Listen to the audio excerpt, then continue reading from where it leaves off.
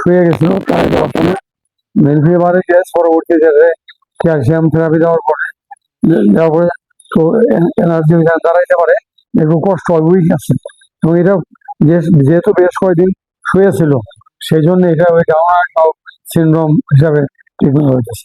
এবং শুয়ে থাকলে পরে আর্থাইটিস ফর্ম করছে, এই জয়েন্টে আর্থাইটিস হয়ে গেছে, পাস আসে, সোয়েলিং আছে, পেইন আছে, আর এর মধ্যে ডিওয়ার্মিংও করা হয়েছে। ঠিক আছে,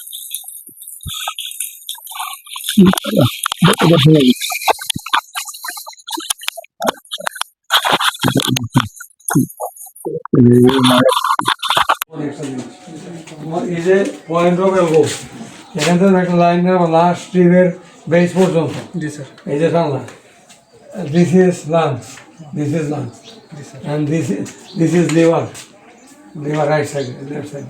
This is abdomen, and this is reticulum. Abdomen, this is abdomen. এগুলো নিচের দিকে স্যার।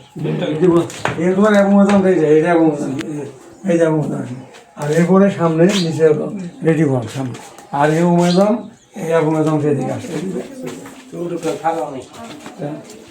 আর হার্ট হলো তোমার ইউএফিয়াস হোয়াইট ইজ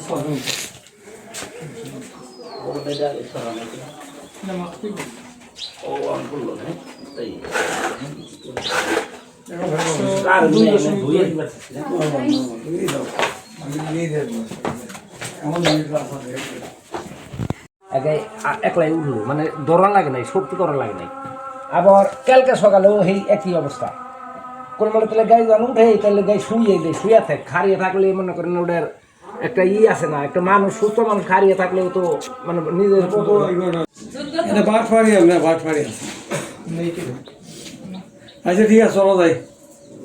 আর একটা অ্যান্টিবায়োটিক দিয়ে আছে আমার মানে ওই দৌলত চেয়ারম্যান নাম অনেক আগের চেয়ারম্যান ছিল, সে গভর্নমেন্ট কলেজের প্রফেসর ছিল। আমার বাড়ি মুর্শিদাবাড়ি।